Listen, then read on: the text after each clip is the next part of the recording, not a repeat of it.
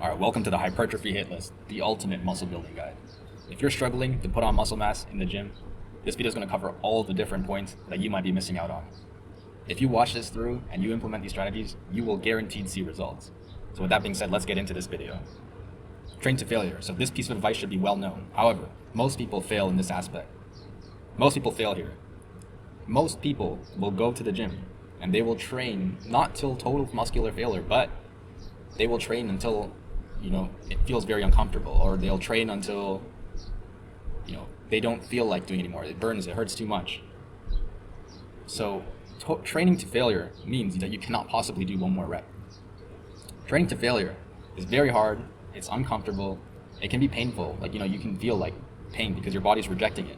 You have to push through all of that in order to actually achieve the total failure that we are talking about when we talk about training to failure. Alright, let's talk about the rep scheme now.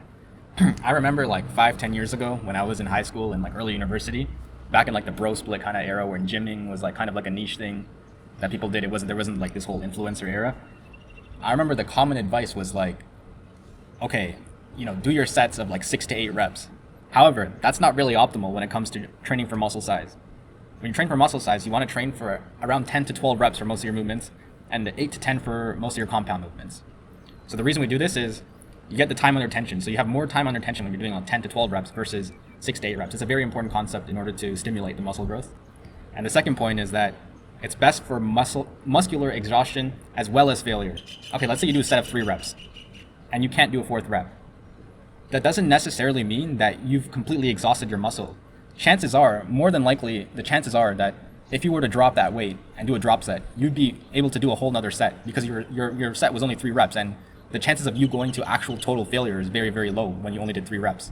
Versus if you do 10 to 12 reps, you're always getting really, really close to that complete exhaustion, that complete failure point. If you were to go to 10 to 12 reps and that was you couldn't do one more rep, and then you were to drop the weight and try to do another set, you wouldn't be able to do another set because you're completely exhausted. Your muscles are exhausted. They can't push anymore. So that is why the 10 to 12 rep range is better. And then if you want to go any higher than that, it's if you do a 20 rep set, it's okay, you did 20 reps. Could you have done another 2 more reps? Probably. Could you have done another 5 more reps? Probably, right? So 10 to 12 is the golden range where it's best for muscular failure, but you also are doing it long enough so that you completely exhaust that muscle as well. When you do your movements, especially when it comes to the smaller accessory movements, control your movement. Have a really good tempo with how you're moving the weight. Focus on the eccentric as well as the part where you lift. So when you bring it down, let's say you're doing a lateral raise, obviously the part where you're working is you lift it up, but when you bring it down, also control that weight, slowly bring it down. So that way, you get the stimulation both ways. Full range of motion. Don't shorten up that range of motion.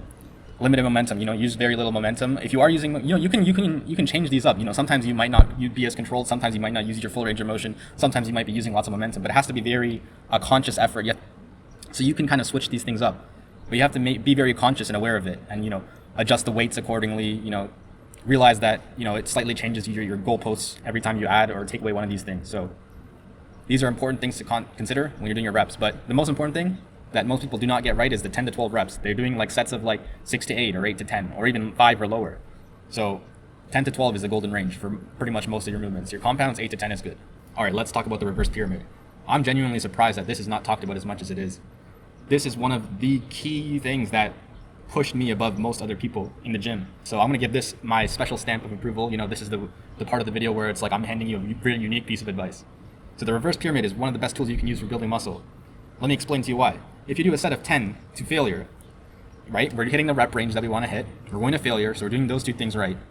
How can the second set of 10 be at the same weight and also come close to failure, right? If you completely fail that muscle, it's going to be a lot weaker. You didn't rest that long. You're only resting 1 to 3 minutes between your sets, right? So your second set is not going to be, more often than not, it's not going to be able to be at that same weight and at that same rep, unless you're not going to failure. Something's not adding up, right?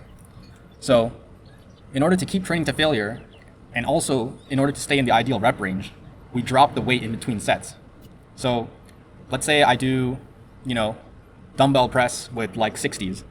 Okay, I did 10 reps. Now, the next set, I drop the weight to 50s, and then let's say I get another 10 reps. Then I can drop the weight again to 40s or 45. and then I can do my last set, again to failure. So all 3 sets were very close to failure, and they were also in the ideal rep range. I think the reason why that this isn't used as often as it is because people already fail enough to do the first couple things that right, so that it's better to just tell them to focus on that instead of pointing out reverse pyramids or double progression and stuff like that. But this is a very important concept once you do master those first few things, the rep ranges, training to failure, staying consistent, these kind of things. Once you master these, it's very a reverse pyramid will be very powerful for you.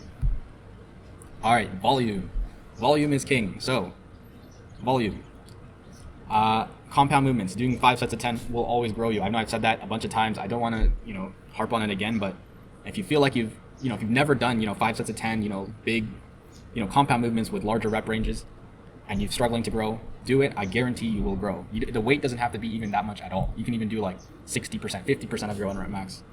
Do 5 sets of 10 for 2 to 3 weeks. You will grow for sure. Up the frequency of your accessory movements. So if you're trying to grow, let's say your shoulders or something, you can do lateral raises 3, even 4 times a week. You can do your arms twice a week. Up the frequency of your accessory movements. So that way that you'll be hitting them with plenty of volume, so they'll be forced to grow. They'll be stimulated to grow. Volume in general should be increased if you're trying to gain muscle size, because it's one of the key factors. Volume is king when it comes to the gym. Frequency. Make sure to hit each muscle group at least 2 times a week. So scientifically, this is said to be one of the important factors. I've always followed it and it works for me, so I have no reason to go against it.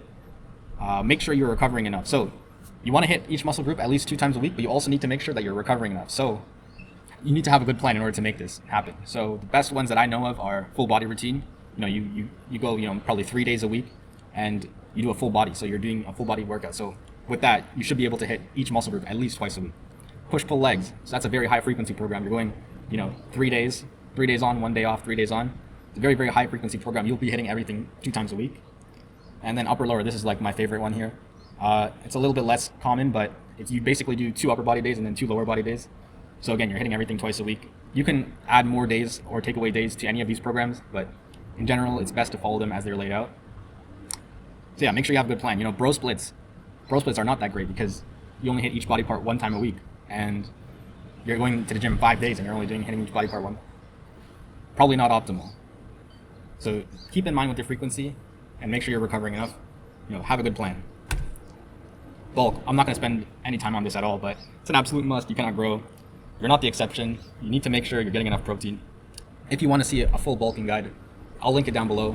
I made a whole video on it, so you can go and see that if you want some help with this. But you need to bulk if you want to put on muscle mass. All right. Anyways, guys, that's the end of this video. Be sure to like the video if you did.